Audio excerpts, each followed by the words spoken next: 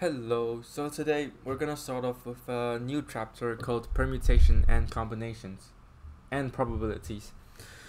So, to start off, permutation. Well, factorial. What does it mean by factorial? What is a factorial? So, factorial is this exclamation mark that you see in mathematics. What does it mean? So, basically, n factorial is n times n minus 1 times n minus 2 times n minus 3 times all the way until 3, 2, 1. Yeah? So let's say 5 factorial. It equals to 5 times 4 times 3 times 2 times 1. And another example, let's say 10 factorial. It is 10 times 9 times 8 times 7 times all the way until 3, 2, 1. 3 factorial equals to 3 times 2 times 1. You know how it is. But what does it mean by factorial? Why do we need factorials?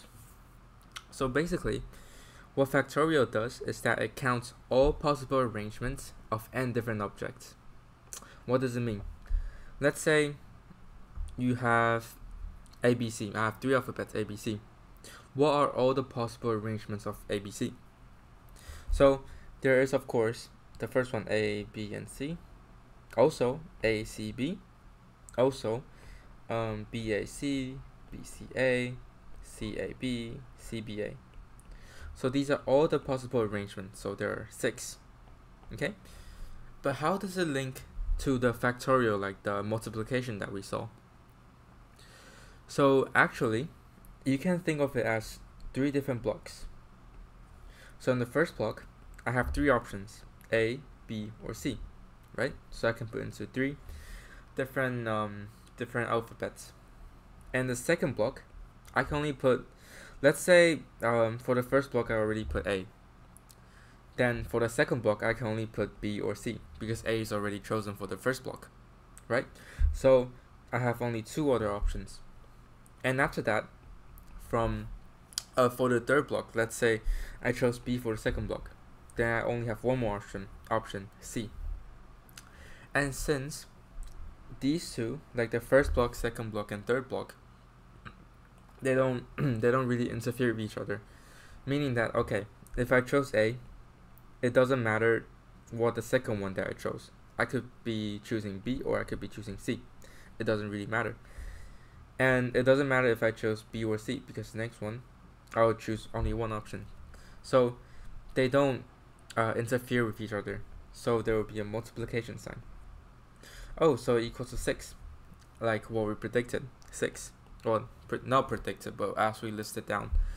So it actually links to something, and it actually makes sense because it's about arranging stuff. Of course, if you arrange one stuff, it cannot also be arranged into the second block. It doesn't make sense.